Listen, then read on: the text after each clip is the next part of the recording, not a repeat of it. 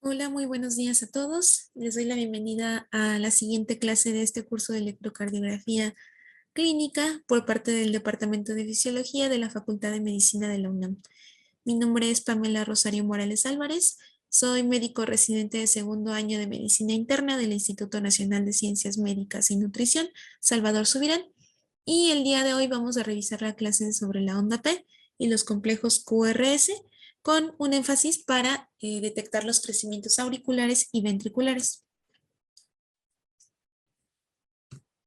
En cuanto al contenido de la clase, veremos de manera inicial cuáles van a ser los objetivos, revisar un pequeño caso clínico con el cual podrán aplicar los conocimientos revisados en esta clase, verificar cuál es la morfología normal de la onda P, los crecimientos auriculares, las generalidades sobre el QRS, los crecimientos ventriculares y al final las conclusiones.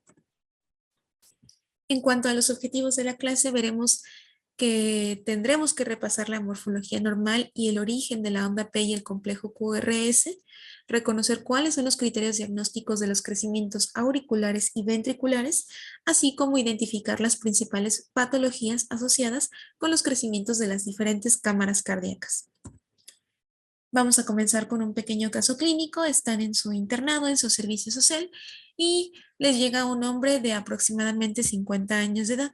Como antecedentes importantes les refiere que tiene un índice tabáquico importante de 50 paquetes año y en realidad él solamente viene a revisión de rutina. Refiere que desde hace 10 años presenta una tos productiva que no se le quita y que aumenta en invierno. Ha sentido disnea desde hace un año de grandes y que ha disminuido a ser de medianos esfuerzos. A la exploración física, ustedes lo encuentran taquicárdico con una frecuencia cardíaca de 110 latidos por minuto, con una TA normal en 120/70, una frecuencia respiratoria de 24 y saturando un poquito más bajo de lo normal al 89% al aire ambiente. Lo observan cianótico y con un tórax en forma de tonel o tórax en tonel. A la percusión lo escuchan timpánico y a la auscultación encuentran hipoventilación de todos los campos pulmonares con sibilancias en la expiración forzada. A la auscultación cardiovascular encuentran los ruidos rítmicos con el S2 desdoblado y aumentando en intensidad en el foco pulmonar. Él les refiere que ya se había sacado por ahí una radiografía de tórax, ustedes la revisan y pues lo que pueden observar aquí es que tiene una cardiomegalia importante con un índice cardiotorácico por arriba de más del 50% y además con un crecimiento de la aurícula derecha y una prominencia de los botones o de las raíces vasculares pulmonares en esta parte. Le toman ustedes un electrocardiograma y observan este electrocardiograma. Si quieren le pueden tomar un screenshot para revisarlo conforme vayamos revisando los diferentes temas. Ahora bien, vamos a comenzar con la onda P y los crecimientos auriculares. Recordemos que la despolarización auricular y en general pues la primera parte del ciclo cardíaco va a estar dado por la despolarización auricular. Esta inicia en la parte superior de la cara lateral de la aurícula derecha después de su origen en el nodo sinusal o de Kitt-Flach. Esto despolarizará la aurícula derecha baja, el septum interauricular y al final de todo se irá despolarizando la aurícula izquierda.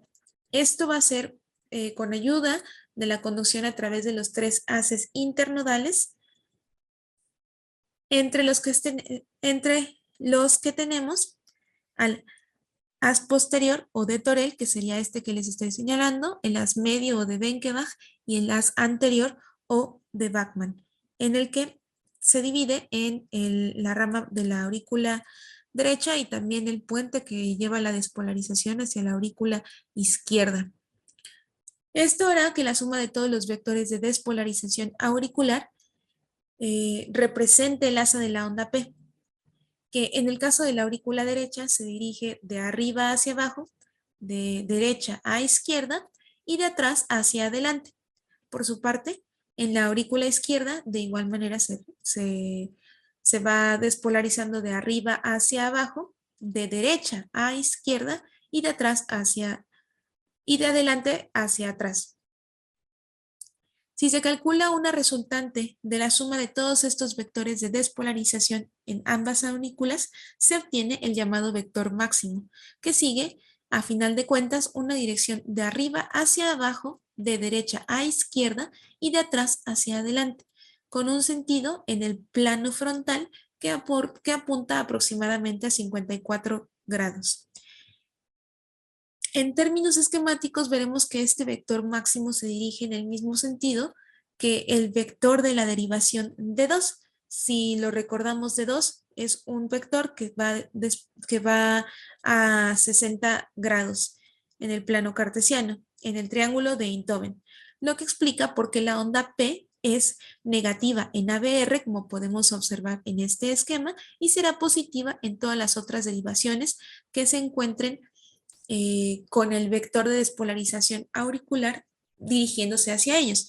Es decir, D1, D2, D3, ABL y ABF, todos van a tener de una manera normal unas ondas P positivas, mientras que ABR, siendo eh, aquella, aquella derivación que observa cómo el vector de despolarización se aleja, tendrá una onda P negativa.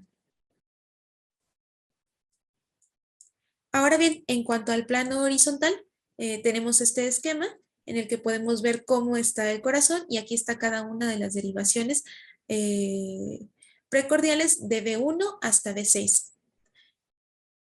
Dentro de este tipo de derivaciones, el eje de la onda P adquiere una dirección de atrás hacia delante, de derecha a izquierda.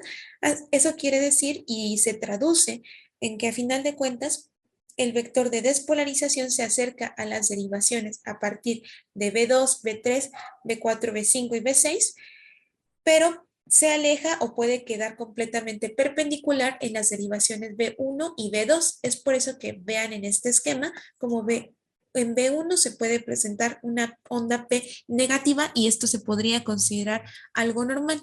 A partir de B3, B4, B5 y B6 ya se empiezan a presentar ondas P positivas y esto se considerará normal. Ahora, en cuanto a B2, podemos tener ondas P isodifásicas con una imagen positiva y una imagen negativa como en el esquema de aquí, y este se pudiera dar en el caso de que B2 estuviera viendo el vector de despolarización de una manera perpendicular. En la actualidad, sabemos que pues esta onda P tiene dos componentes principales, el componente de la despolarización de la aurícula derecha y el componente de la despolarización de la aurícula izquierda. De manera general, esto se va a ver pues en realidad mezclado y no se debería ver estas dos puntitas. Tiene los dos componentes, aunque en general y la mayoría de los casos encontraremos que la onda P pues solamente tiene un piquito.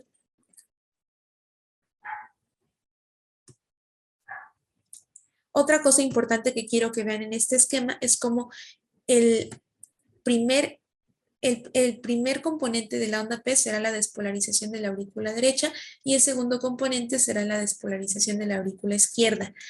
En general deberán recordar que en el crecimiento auricular derecho lo que vamos a ver mayormente afectado y como haremos el diagnóstico es con un aumento de la amplitud del voltaje. Mientras que para los crecimientos de la aurícula izquierda lo que veremos aumentado será el tiempo.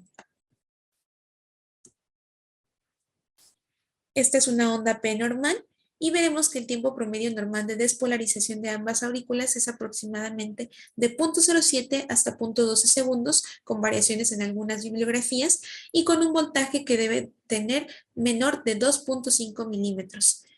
Ahora, desde el punto de vista morfológico, esta onda P es redondeada y revela de manera ocasional una muesca en la rama ascendente, que es lo que vimos por los dos componentes que pudieran estar formándola, y que se ve de manera más adecuada en la derivación de 2, ya que esta es la derivación que representa de manera más acercada el eje de despolarización auricular.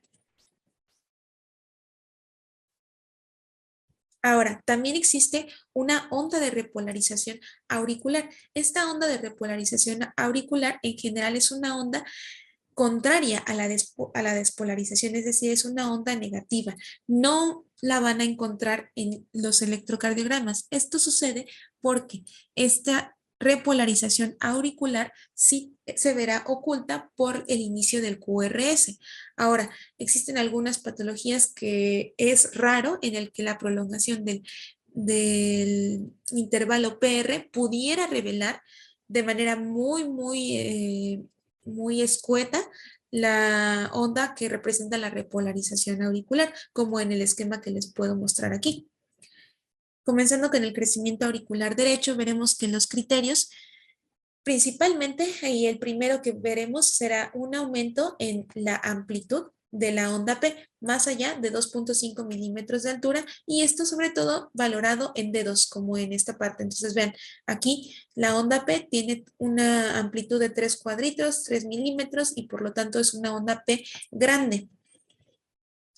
Asimismo, se puede acompañar de otras alteraciones como algunos otros datos que nos estuvieran indicando que se acompañara de un crecimiento o de una hipertrofia ventricular derecha, como la morfología de Q pequeña, R mayúscula, en ausencia de infarto, en las derivaciones precordiales, una diferencia de voltaje del QRS entre V1 y V2 mayor de 5 milímetros, y esto se pudiera deber sobre todo a que en las derivaciones precordiales la aurícula se atraviesa por enfrente de los ventrículos, es decir, está en mayor contacto con la pared torácica, y esto haría que hubiera un salto de voltaje entre las derivaciones V1 y V2 y con una diferencia mayor de 5 milímetros. Asimismo, podremos observar que hay una desviación del eje de la P hacia la derecha y una desviación hacia la derecha del eje medio de la onda P, que será mayor de 75 grados. Verán que para poder sacar el eje de la onda P es muy parecido a la maniobra que utilizamos para sacar el eje del complejo QRS, es decir, hay que valorar en qué derivaciones de manera principal en D1 y ABF esta onda es positiva y es negativa, trazándolo en el plano cartesiano, y con eso podemos sacar el eje de la onda P.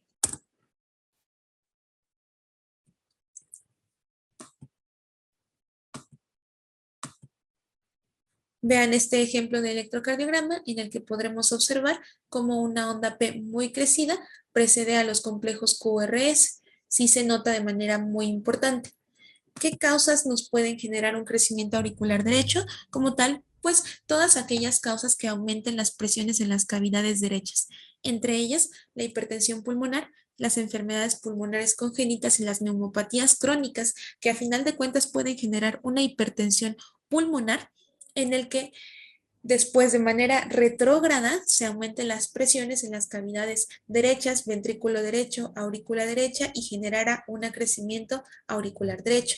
De igual manera, las cardiopatías congénitas como la estenosis pulmonar y la tetralogía de Fallot, que incluye una estenosis pulmonar, aumentaría las presiones en las cavidades derechas y por lo tanto podría generar una dilatación de la aurícula derecha, así como las valvulopatías tricuspídeas, como la estenosis tricuspidea y la insuficiencia tricuspidea, que nos dejaría ver una dilatación, como se ve en este ecocardiograma, más importante de las aurículas derechas, sin afectar tanto o de manera menor al ventrículo derecho.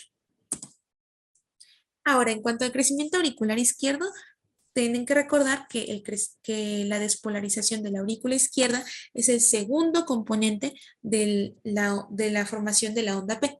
Al dilatarse esta, aumenta la magnitud del vector de despolarización auricular izquierdo, y esto provoca que el vector máximo se dirija más hacia atrás y hacia la izquierda.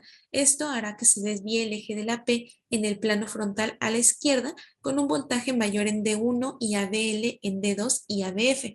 Al dilatarse la aurícula izquierda, de igual manera se prolonga el tiempo total de despolarización auricular. Por lo tanto, uno de los criterios diagnósticos será una duración de la onda P mayor a 0.12 segundos.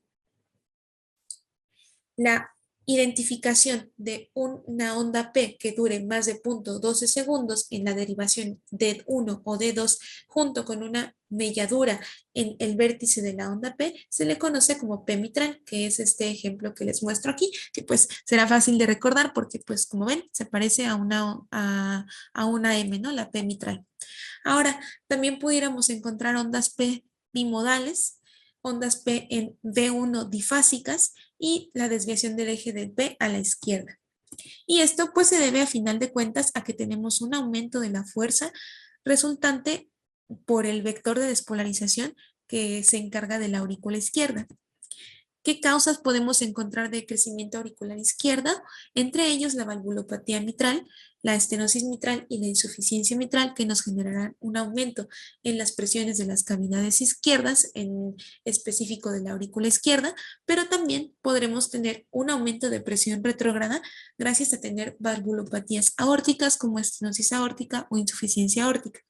Otras causas que también pudieran estar asociadas son la cardiopatía isquémica, la miocardiopatía dilatada y la hipertensión arterial sistémica, que de igual manera pudieran generar aumento de las presiones en las cavidades izquierdas y llevar a final de cuentas a una dilatación de la aurícula izquierda, como se puede observar en este ecocardiograma.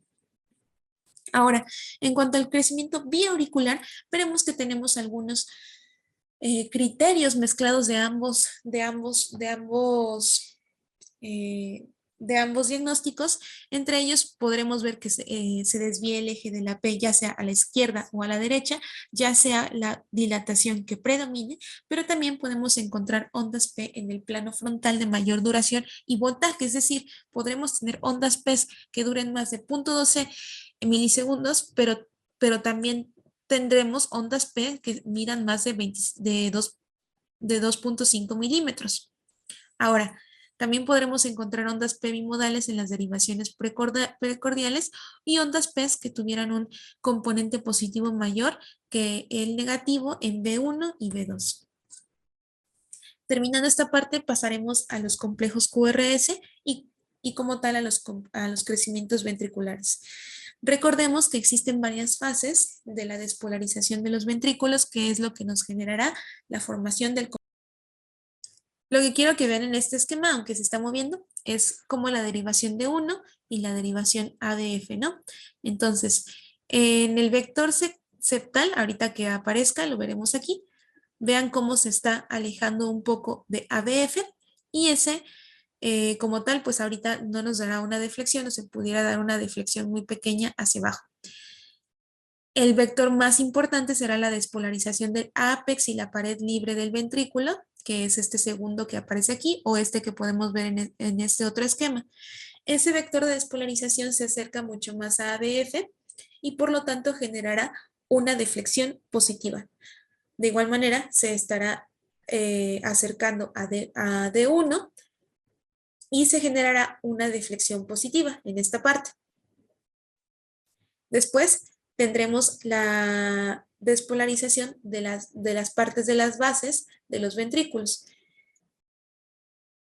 Y ese lo que nos dará como tal es una deflexión negativa que sería la correspondiente a la onda S. En este otro esquema vemos cómo se comportan los complejos QRS, pero más bien en las derivaciones precordiales. Lo que quiero que vean aquí es como el vector de despolarización final del QRS, que recordemos que va de arriba hacia abajo, de atrás hacia adelante y de la derecha a la izquierda, en una primera instancia, pues se verá hacia acá, ¿no? Quiere decir que se está alejando de la derivación V1, por lo tanto podremos tener una deflexión o un QRS que sea completamente o de predominancia negativa. Esto se va a ir modificando, se va a ir recorriendo conforme vaya viendo cada una de las derivaciones.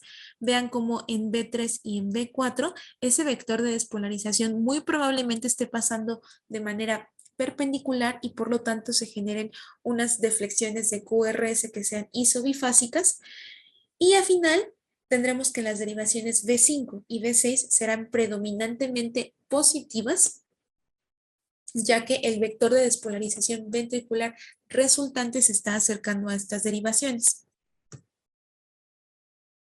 En cuanto al crecimiento ventricular izquierdo, quiero que vean esta imagen de patología como está demasiado engrosado este ventrículo izquierdo. En las derivaciones precordiales, donde veremos que más se acerca a este vector de despolarización que lleva mucha más fuerza, es en la derivación de 2. Recordemos que la derivación de 2 a 60 grados pues es la que más se parece al vector resultante de la despolarización de los ventrículos. De igual manera, quiero que vean en este otro esquema cómo la posición y también la fuerza del vector determinará mucho en qué momento se va a dar la progresión del vector de despolarización en las derivaciones precordiales. Vean, aquí está B1 y así acaba B6. Entonces, en B3 y B4, lo que quiero que vean en este primer esquema es cómo tiene una primera parte más positiva y tiene una S un poco profunda. B4 se queda mucho más positivo. Esto porque este vector pues está yéndose mucho más hacia la izquierda, ¿no? Entonces sí se está acercando a B4 a final de cuentas. A diferencia de este segundo esquema en el que el vector con una hipertrofia se va a ver desplazado o se va a ir hacia la parte trasera. Eso va a hacer que en B3 la S sea mucho más profunda, es decir, vean la diferencia con este otro esquema que está en la izquierda. La S es mucho más profunda y de igual manera B4 ya no es predominantemente positivo, ahora es predominantemente negativo, es decir, toda el pase o la progresión de el QRS se va a ver entre B3 y B4. Ahorita lo vamos a ver mucho mejor ejemplificado.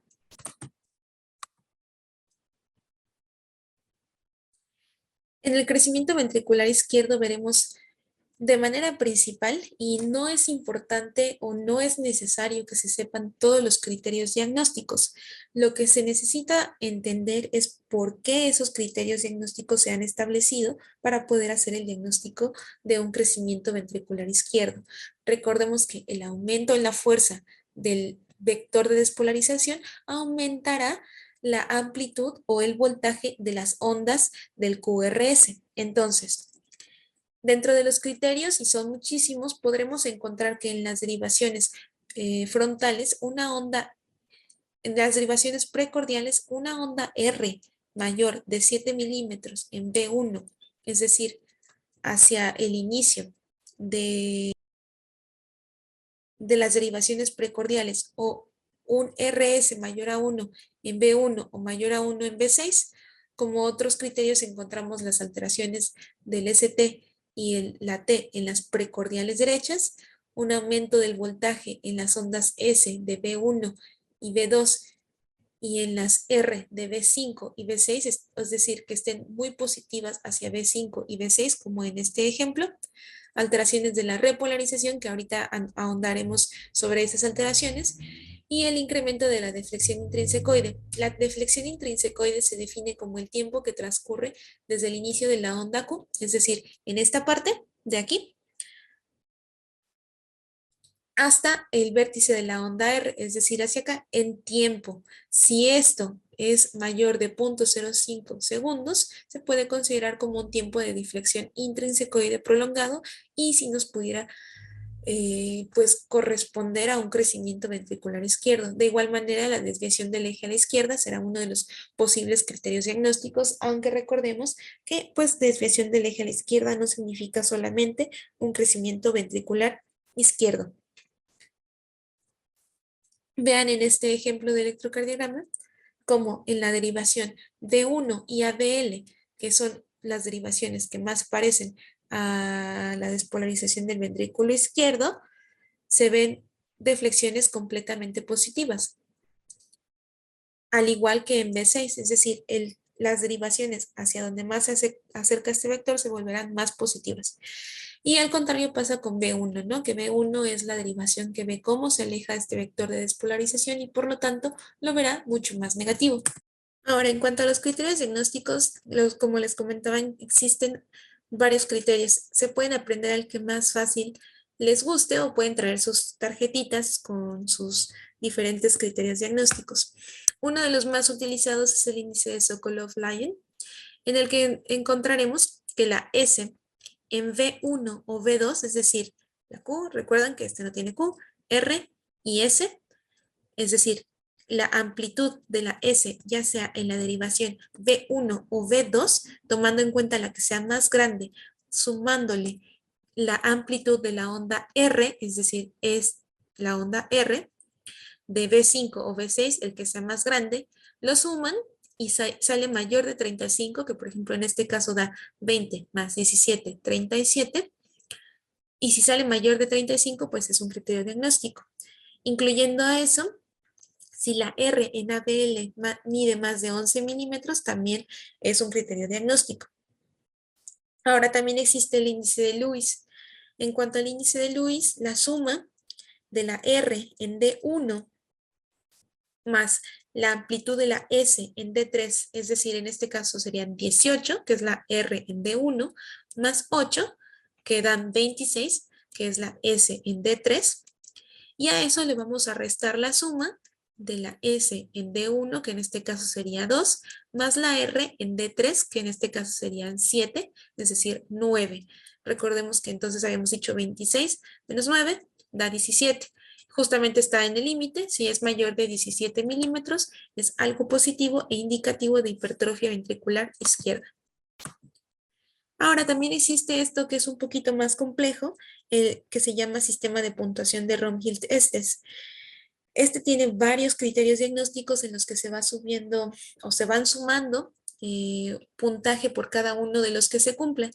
Incluye entre estos que la onda R o S en cualquier derivación frontal sea mayor a 2 milivoltios, esto nos dará 3 puntos, que la S en V1 o V2 sea mayor a 3 milivoltios, que la R en V5 o V6 sea mayor a 3 milivoltios, que haya alteraciones de la onda ST sin tratamiento con digital 3 puntos o en tratamiento con digital de 1 punto, alteración de la aurícula izquierda que también pudiera estar acompañándolo, serían 3 puntos, desviación a la izquierda del eje mayor a menos 30 grados, 2 puntos, duración del QRS mayor a 90 milisegundos, 1 punto, y la deflexión intrínsecoide en B5 o B6 mayor a 50 milisegundos, 1 punto.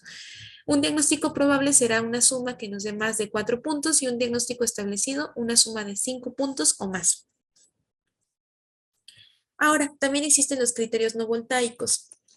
Estos incluyen el tiempo de activación ventricular o la deflexión intrínsecoide, que ya revisamos lo que significa, mayor a 45 milisegundos, pero también puede incluir las alteraciones del ST.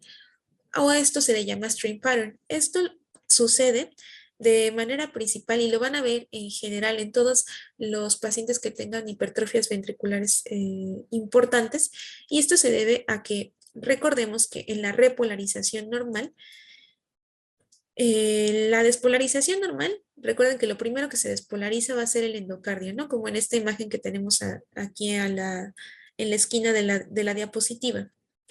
La despolarización iría del endocardio al epicardio. Veremos que el epicardio tiene un potencial de acción mucho más corto.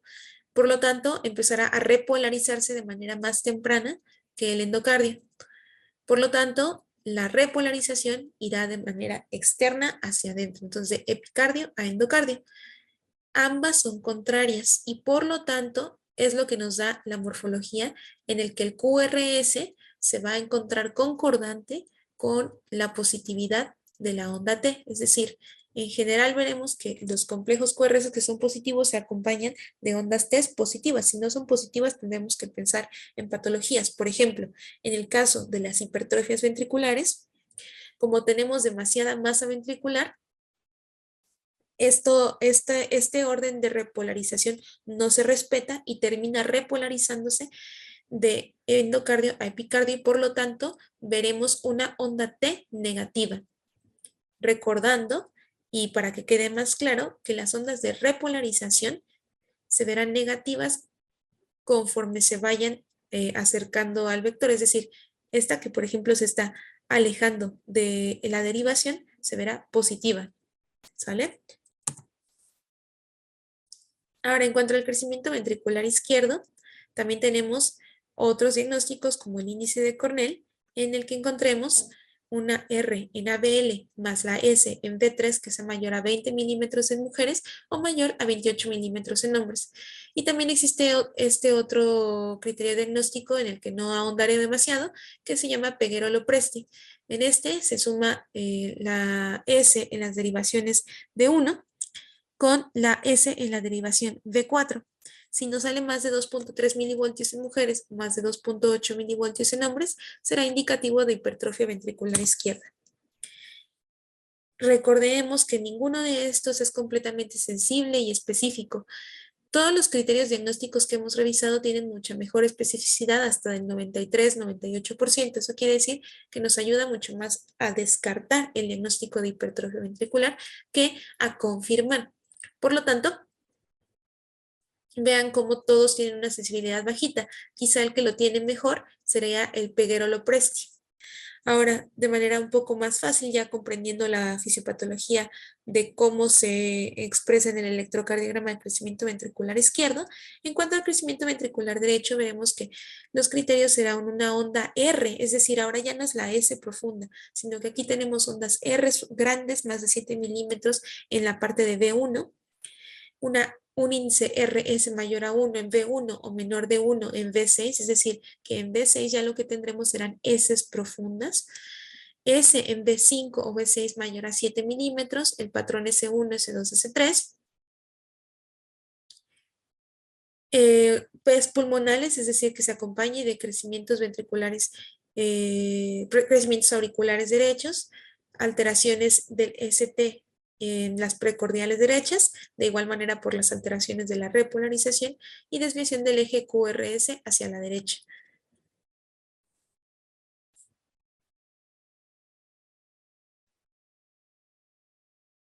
Algo importante que quiero que vean es cómo los complejos QRS se ven mucho más grandes y más positivos en las derivaciones derechas precordiales, y también pues hay heces profundas hacia las derivaciones precordiales, pero más hacia V5 y V6. Ahora, en cuanto al crecimiento biventricular, lo que veremos también es una combinación de los criterios diagnósticos del crecimiento ventricular izquierdo y derecho. Y entonces podremos observar hasta ondas R altas en derivaciones derechas o izquierdas, es decir, el que predomine ganará ya que se van anulando. Posición vertical del corazón o desviación derecha del eje o desviación hacia donde predomine el crecimiento ventricular. Ondas S profundas en las derivaciones precordiales izquierdas y desplazamiento a la izquierda de la zona de transición precordial junto con hipertrofia ventricular izquierda, ¿no? Y el fenómeno de Katz-Bachel, que se refiere a que tenemos Rs y S profundas en B2 a B5. Entonces vean cómo tenemos unas Rs muy altas, pero también tenemos S muy profundas en las derivaciones de B2 a B5, y eso pudiera ser indicativo de crecimiento biventricular. Dentro de las causas de hipertrofia ventricular, tendremos que en la hipertrofia ventricular derecha, de igual manera, todas aquellas patologías que aumenten las presiones en las cavidades derechas, como la hipertensión pulmonar, la estenosis mitral, embolismo pulmonar, enfermedad pulmonar obstructiva crónica, las cardiopatías congénitas, las cardiopatías arritmogénicas del ventrículo derecho. Ahora, en cuanto al ventrículo, a la hipertrofia ventricular izquierda, veremos que de igual manera todo aquello que aumente las presiones en las cavidades izquierdas, hipertensión arterial sistémica, estenosis aórtica, insuficiencia mitral, coartación de la aorta y cardiomiopatías hipertróficas. Para terminar, entonces revisaremos el electrocardiograma paso a paso del caso clínico. Entonces, este electrocardiograma, en cuanto al ritmo, tenemos un ritmo que sí parece sinusal, tiene ondas P que preceden a todos los QRS, ondas QRS que van después de las ondas P, tiene ondas P negativas en ABR y se ve regular los espacios RR, los intervalos RR. Ahora, en cuanto a la frecuencia cardíaca, aproximadamente va a 100 latidos por minuto. Y ahora nos vamos a ir onda por onda. Entonces vean las ondas P, pues en la derivación de 2, que dijimos que era la que más se parece al vector de despolarización y es donde deberemos revisarlo, tenemos ondas P que están muy grandes, ¿no? Miren, más de 3 milímetros. Entonces, esto nos pudiera ser indicativo de una P pulmonale que indicara un crecimiento auricular derecho. Ahora, no pareciera que tuviera bloqueos AB, eso ya lo verán en las clases posteriores. Y de igual manera, ya observando las derivaciones precordiales, lo que quiero que vean es cómo tenemos complejos QRS con Rs muy altas en las derivaciones V1 y V2 y acompañadas de S profundas en V5 y V6. Esto indicativo de una hipertrofia ventricular derecha. De igual manera, lo que quiero que vean es cómo se puede ir acompañando de las alteraciones de la repolarización que ya comentamos. Entonces, este paciente que presentamos en el caso clínico, lo que tenemos que ir pensando es que lo más probable es que tuviera una enfermedad pulmonar obstructiva crónica, ¿no? Por el antecedente del tabaquismo, la disnea, la cianosis. Teniendo ese diagnóstico, lo que podemos pensar es que el aumento de las presiones de la vasculatura pulmonar pudiera generar hipertensión pulmonar, como tal, aumentar la presión en las cavidades derechas, ventrículo derecho, aurícula derecha, y por lo tanto generar crecimiento auricular derecho con las P pulmonales y una hipertrofia ventricular derecha con todos los criterios que ya mencionamos. En cuanto a las conclusiones, veremos que los crecimientos auriculares generalmente se ven acompañados de hipertrofias ventriculares. Claramente va a depender de la patología que tenga el paciente. Los criterios diagnósticos no son 100% sensibles y específicos y es algo que tenemos que tener mucho en cuenta, ¿no? No podemos hacer un diagnóstico ya etiológico de solamente con un electrocardiograma. Tendremos que hacer más estudios, sobre todo porque recuerden que los crecimientos auriculares y ventriculares solamente son expresiones de enfermedades, ¿no? O sea, puede ser la expresión de la estenosis mitral, expresión de la tetralogía de Fallot. Entonces, más bien son hallazgos que nos tienen que llevar a buscar la causa y así poder integrar como tal todo el diagnóstico a través de los diferentes estudios que se le puedan hacer a ese paciente. Y recuerden que siempre hay que interpretar un electrocardiograma en el contexto clínico del paciente, ¿no? Tomar en cuenta sus factores de riesgo, qué tipo de patología cardíaca pudiera tener este paciente y con ello interpretar, como siempre, el electrocardiograma. Entonces, pues con esto termina la presentación. Les agradezco por su atención y pues revisaremos la sección de preguntas.